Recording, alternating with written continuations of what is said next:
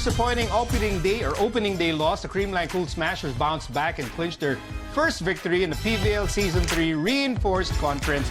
PetroGazz, meanwhile, continued their winning ways and they're on a winning streak. Joining us today to tell us more about the PVL, we have our friends of the show, Paneng Mercado and Michele Gumabao. Hi, guys! Hello! Hi, si Miko. Good mood si Michele, no? Yes, actually, kanina pa siya good Tingin ko mood. super good mood si Michele. I think because you guys are finally on the winning column. Of course. Oh. Yeah. After first game. After Kasi us. kayo yung naglaban ng first game.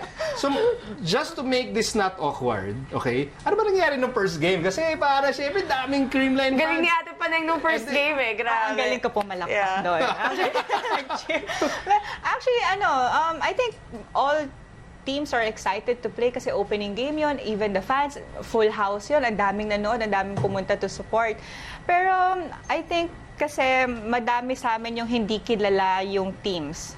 Hindi namin kilala yung mga imports, kung anong klaseng play ang meron. Tapos doon na lang nag-adjust ng maayos. Kaya sa amin, nag-work ng maayos kasi na-straight sets namin yung Creamline. But then, it was a fun game. It was a fun weekend. So what was the difference? So first game, you guys didn't win.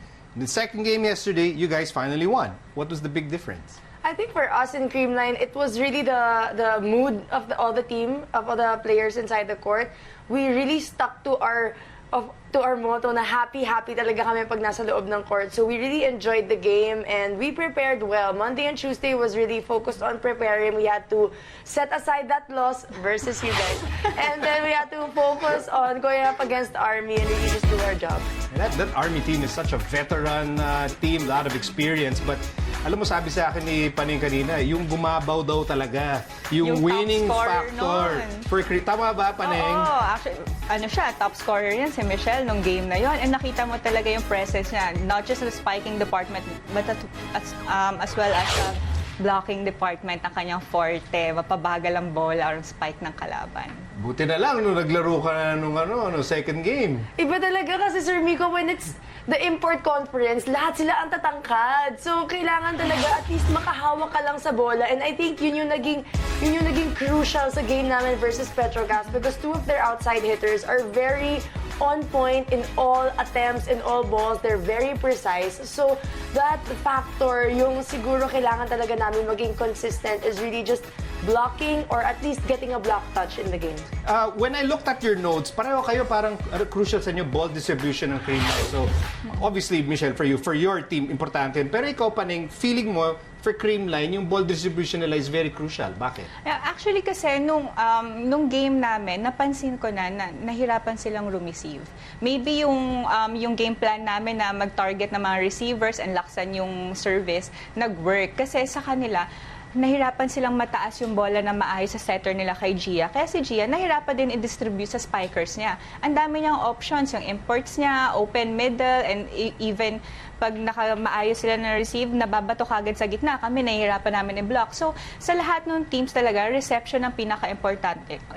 Kasi without reception, yun yung mahihirapan ng distribution and mahihirapan makapoint yung team na din. You know, yung team na hindi nahihirapan ngayon? PetroGazz. Ito sila Paneng.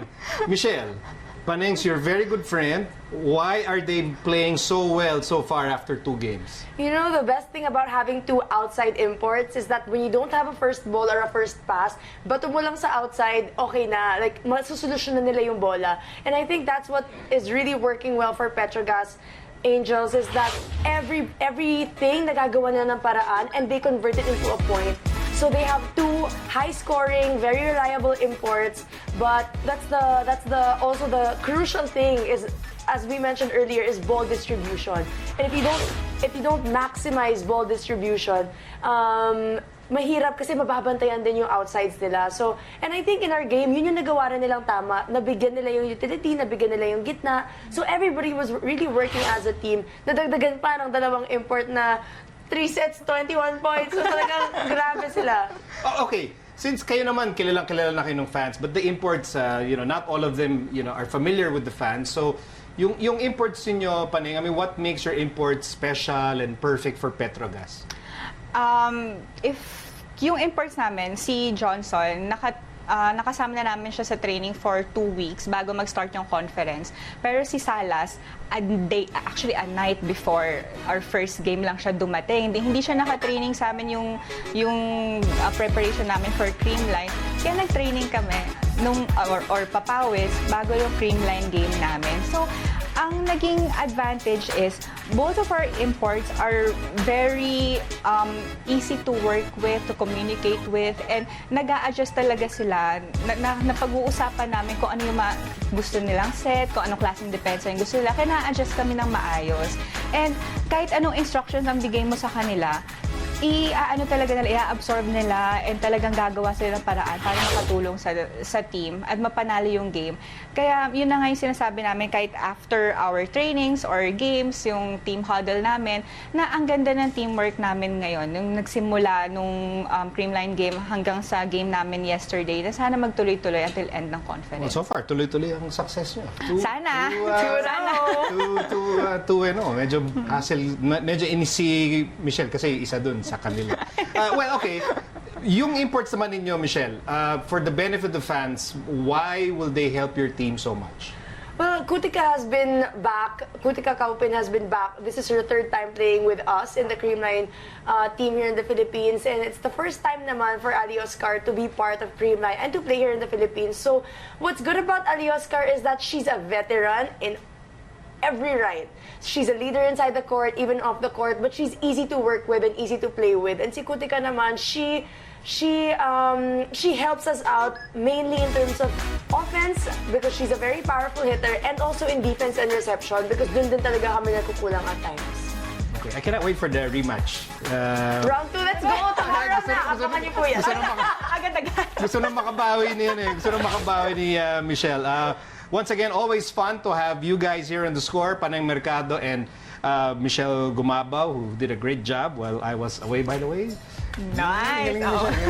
Thank you guys, and good luck in your upcoming games. Thank you, sir. This has been The Score. I'm Nico Alili. You can also watch The Score on the I Want app for free. We leave you now with a feature on Team Lakay and the latest on One Championship. We'll see you all again tomorrow.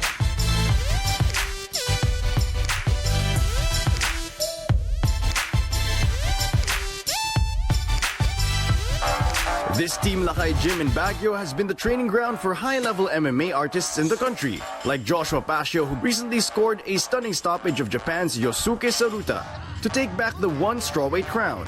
Mahirap pero nasa paghahanda yan. Alam mong nakapaghanda ka, nakapag-training ka, mentally at spiritually ready ka. Kahit mahirap yan, ready ka. Nag-start ako since I was 11. Pasio's win is a redemotion of sorts for Team Lakay, as they have been working on getting back many of the one world titles they have lost in just 3 months.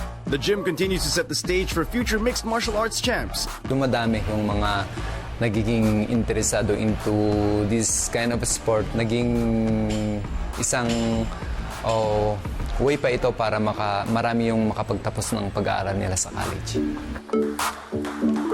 I want to be remembered as one who came from nothing and became somebody.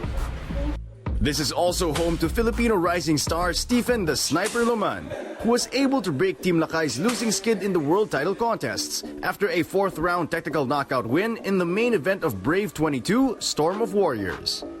Po isang athlete lang at nagtitraining everyday para full at ready.